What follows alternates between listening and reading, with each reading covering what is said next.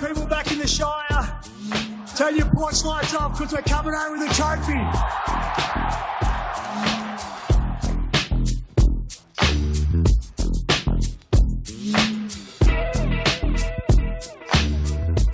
Hey there, welcome to SharkCast Pod, a podcast dedicated to the greatest sporting club in the history of the world, the mighty Cronulla Sharks.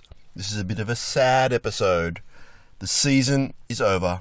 The season brought to you by Dyson Logistics, the Royal Motor Yacht Club in Port Hacking, and Jason Hawes at Cripps & Cripps Real Estate. I am Sam Shinazzi, OG 2015. This concludes our 10th playing season of SharkCasting for you. It's been a memorable year, a successful year, but unfortunately the team loses in the prelim 26 points to 6, I believe the score was, and the season's over, unfortunately. Sorry to be that bearer of news you already know, but the season is over, and I'm pretty disappointed tonight in a lot of ways. Other ways, I am proud, and I am a bit surprised, and I'm a range of emotions right now. We're just talking a few hours after the game. Overall, a little bit disappointed given what could have been, and we'll get into that in this short, sharp review episode. Made my way out to the stadium pretty easily, which was great. Was in some great company pre-game with our friend Craig, and caught up with TK and TK's friend, I think his name was Jay, and TK's legendary dad. Pretty good seats on the around the 30-meter line, maybe, towards where Katoa scored the try on the far side.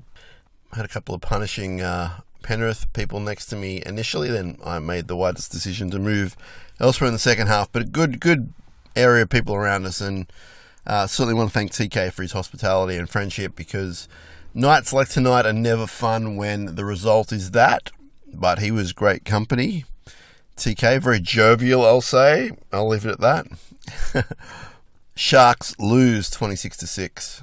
And as I record this, there are still 3 games of Sharks left this weekend. We are in the New South Wales Cup final for the Newtown Shark Jets. We are in the Jersey Flegg Grand Final. And we're also in the prelim for the NRLW team. So we definitely encourage you to support all 3 teams. You can watch it on, I believe, Channel 9 coverage, and also Fox Sports has some of it, KO. But we're here to talk about the game tonight, and it was disappointing because of this, because we put up a really good fight. We played pretty good in some aspects of the game, but my key takeaway, and the thing I can't stop talking about for the last few hours, is the dropped ball. The dropped ball absolutely killed any chance we had of winning the game numerous times. Then throw in things like not being able to defend a 40-20, giving away some what I would call regrettable penalties, and that's the game against Penrith. You know, once they had even a 2-score advantage, that's the game. In many regards tonight, the Sharks did so well. They did what they said couldn't be done. They went toe-to-toe with Penrith and held them out and made them make errors and made them look silly sometimes, made them look not that tough. But in the end, Penrith played the patient game and, like all good felines, pounced when the time was right. I guess my bigger concern about what I saw tonight was just the ability to make so many errors so freely in what was the biggest game for the club since 2018. I went as far as to say pre-game, off the record, to people close to me, and it's nothing that astonishing. If they'd won tonight against Penrith, it would have been the second biggest win in the club's history, and I stand by that statement, but it didn't happen. I thought they defended really well at times, really tough and physical and smart. I thought we kicked pretty good. I thought kick chase for most of the game, obviously not all of it, but for most of the game, I thought it was pretty good. And that's where the handling errors and just the limited chances in attack really came back to bite them. And it sucks. And I'm really annoyed by it. And it wasn't one single player. It was a group effort. And I feel for the fans, I feel for the players, I feel for the coaching staff, I feel for the club, generally speaking, because we were in it up to our eyeballs. It was there to be taken, in my opinion. I've already had people at the stadium tell me I'm kidding myself, and a few other people tell me that no, they probably were never in it. I think that's not true. I think that another try, when it's 10-2, or whatever the next scoreline was, I think that we have a chance to do something. It just wasn't to be, unfortunately. And every chance the Panthers got to strike in those key moments, particularly in the second half, they stuck. I mean, the first half we saw the 40-20 after a disallowed try at our end and some handling errors. 40-20 from Cleary towards Katoa's side, and they scored after that. It's not because of the 40-20, but it's as a result of the 40-20. And things like that, we just need to be better at on the big stage. I know some of you like to hear me talk about positives, and I'm not just saying it because you want to hear positives, but I thought as a team, they never gave up. I thought they tried their best. I thought that they played hard. I like the fact that when Penrith, I think, pushed out, was it Iro or one of our guys to the sideline or something happened, they started doing all their Panther BS about, well, we're from the hood and we're going to mess with you. Our boys came in and were like, I don't think so. We're here to fight. Let's fight. On that subject, why do a champion team like that have to resort to those kind of stupid ways? I need to watch back the Luai late hit on him from one of our players. I can't even remember who it was. Was it Rudolph? Was it Teague Wilton? I can't remember. No, it was Sifa Talakai. I apologise. From Sifa Talakai. But just even examples like that, it's just like, mate, just get up. We're here to play in a championship game, so to speak. Let's play. Don't give me that crap. So I was a bit disappointed with some of that stuff from the Penrith team, but you can't fault how good they are. And even on what might be their last legs, or maybe they'll win the next 10 titles, I've got no idea. But they're probably maybe at the end of something or getting towards the end, and they're still able to win by 20 points in a game where it was pretty even. So that's who they are. I'm not knocking them for that. They're a champion team, and I think Melbourne will probably run away with it next week based on what we've seen this weekend, but you can't rule out Penrith doing something. So that's for another podcast and another podcaster, I would suggest. Yeah, felt for all the fans out there. There was a good turnout of Sharks fans. I feel like we could get more into the stadium. There was 33,000 in total, and I think, as a spoiler, or if you watched already, I bumped into Dave Boldenman tonight, and I popped onto his podcast that he's on with his mates, he and Franco and Williams and all those guys, the ET Stand podcast, which we've promoted already on this show many times. I appeared on their show as a spoiler if you want to go watch that, and we had a good chat.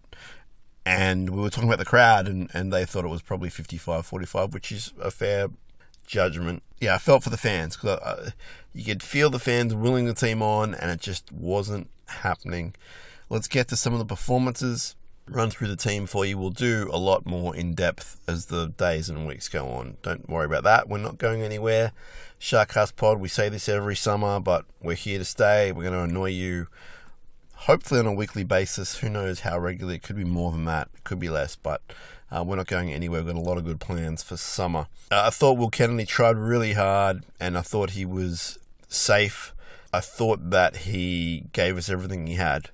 Sione Katoa was one of the better players in the field, playing out of his skin, doing superstar stuff, and one moment of madness with the penalty he gave away, but I thought overall Sione was one of our best players out there.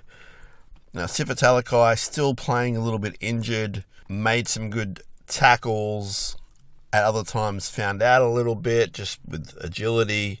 I thought he, again, gave us everything he had, and he was busting some tackles, which is good to see. Kale Iro basically playing on one leg. The secret was out. There was nothing wrong with his bicep. It was all upper leg, hamstring, calf, around there. And he did well for a guy on one stick. You know, I thought he was just another good, I don't know if it was a great game, but another good game from Kale Iro in his debut season, so to speak, and didn't let us down, you know, and I commend him and Talakai, and last week Jesse Ramian for playing injured. Like, it's the hardest thing to do, I would imagine. So I thought Kale was good.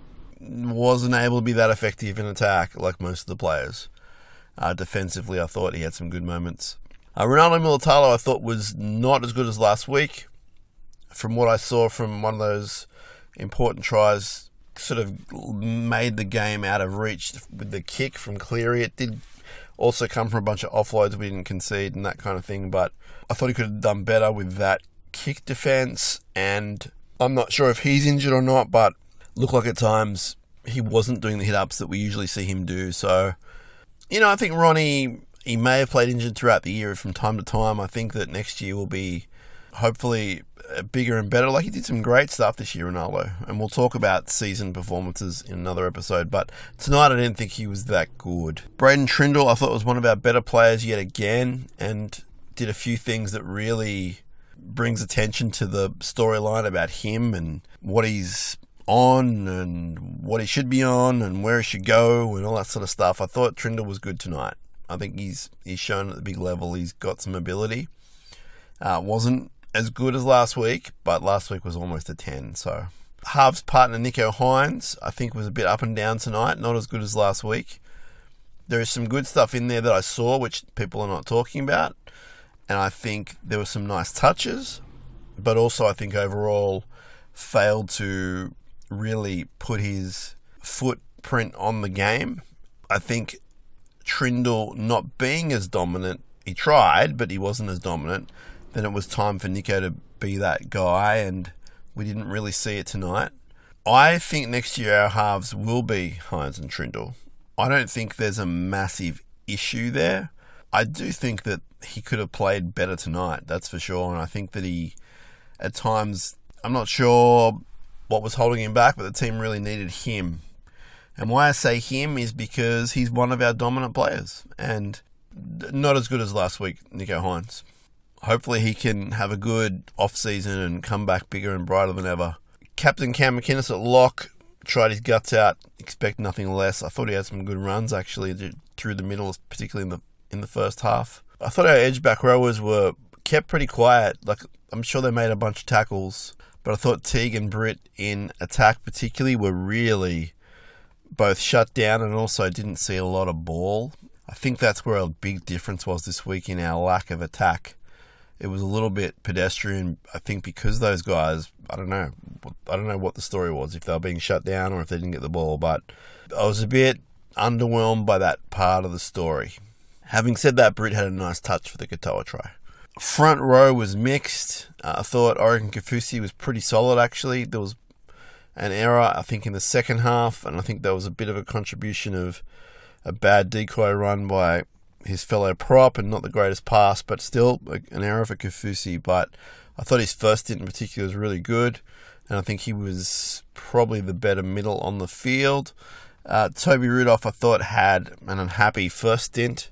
We saw the error and we saw the trip, and I just thought he was a bit out of sorts. He was trying his heart out. Like, you can't fault that or any of the players for that, but I was not overly impressed with Toby's first stint. I thought the second stint was a bit better, trying to make up for things. Blake Brayley at hooker, when he got the chance, he ran. Didn't have a great effect, but I thought when he got the opportunities, he was trying, and I'm sure he made a bunch of tackles as well. But it probably falls in the Nico Hines category of probably could have done a little bit more in spurring on the attack. Bench-wise, I wasn't overly blown away by the bench. Royce Hunt had some really good runs, dominant runs. Wasn't found out in defence at all, but he had that offload that he pushed, which the whole world could kind of see wasn't going to happen, and then he was taken off not long after that. And I think that in a big game, you just got to know better, and you got to know when to hold them, know when to fold them. I just think that a moment like that, and it's only one moment, but I think a moment like that really indicates maybe where the player is, where the club is, and I thought it was a disappointing way to go out for Royce. Fan favourite of this show, tremendous fellow, and wish him all the best at West Tigers. Definitely going to miss him. Hopefully he stays in the area, but going to miss him at training every week. But he tried really hard, and you can't fault that. I say that a few times in the podcast. You can't fault the effort, but the execution, in general, for the team, And in that one moment for Royce, it was a bit off. Jack Williams, I thought, was solid. He had some okay runs. Defensively was fine. Wasn't exactly dominating. He's coming up against a very, very good pack, one of the best in the comp, obviously, and some really tremendous international players. And, I thought pack for pack, we actually went all right as a whole. Tall Tom Hazelton, man, he really put in a great effort. I don't think he had the success that he's had in the past couple of games for him. I think that the off-season for him will be great. He'll be able to sort of get the body right and just get back to how he started the years, fresher and less bruises, and I think he was really feeling some pain in the last few games, but a guy like that out there is always going to be a handful, and I thought he was decent. Dan Atkinson came on probably, around the 60th, 65th minute. I'm not sure about that. It may be either way, but played in the centres, covering Talakai, who I don't believe came back. Had some nice touches, defended some nice tackles. I think people in the crowd were a little bit bummed that he wasn't playing a more central position, i.e. lock or in the halves. His impact was minimal, but, the energy he brought was great. He had a few really nice tackles, but there wasn't really a lot for him to do at that point. I think overall, Fitzgibbon coached this pretty good. Like, he had them up. We were rocking. We were hitting people. We were up for it. The handling errors and errors in general really kind of stifled his game plan. That's a bummer. I haven't seen the press conference, but I saw that he dropped an F-bomb very casually and innocently, saying it really hurts. I can tell you, having got to know him just a tiny bit this year, that he really, at this point in time, in my opinion only, is the right guy leading us. Now, whether you take that to be true or you think I'm way off the mark, no issues. I respect what you want to think. But I could tell tonight he had them up. He had them going pretty well. To go toe-to-toe with them, to have them rattled somewhat, I thought was pretty cool. As I said, there were things about tonight I really liked. And I think that they'll use that next time they're in a finals game. And there's things I didn't like, which I hope I never see ever again. We would love to hear your opinions on the game. SharkCastPod@gmail.com. You can DM us on most of the social medias. We are on Spotify, Apple, I think every podcast you can be on. We're on YouTube. If we don't film something, we throw up the audio. So, for example, this recording will be an audio-only version on YouTube, because I know a bunch of you just like to hit play on YouTube. That's your thing. So we definitely tried to cater for that this year. If you could just subscribe to us, it's free. You don't have to do anything. You don't have to pay anything. You don't have to sign up for anything. Just subscribe on YouTube, and that not only gets you the episodes as soon as they drop, but also just helps us in general. Same with Spotify, Apple, whatever you're on.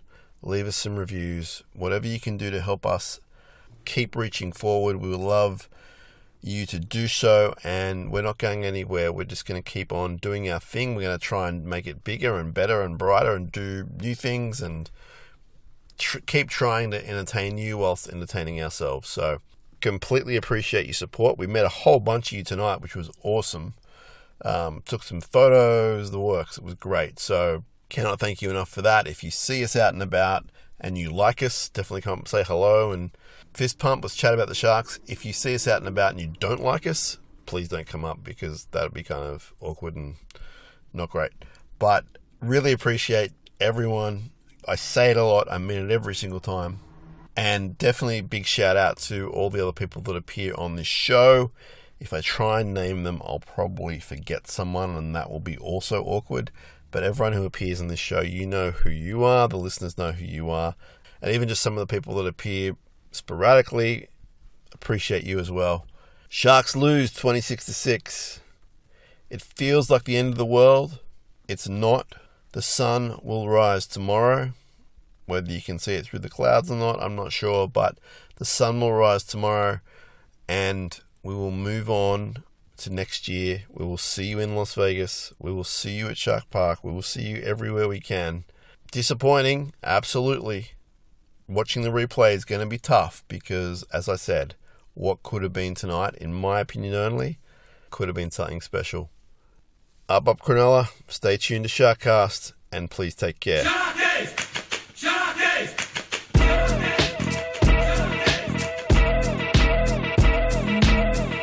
Fafita tries to crash his way over, he does! Fafita got the ball over the line! And to all you people back in the Shire, turn your porch lights off because we're coming home with a trophy.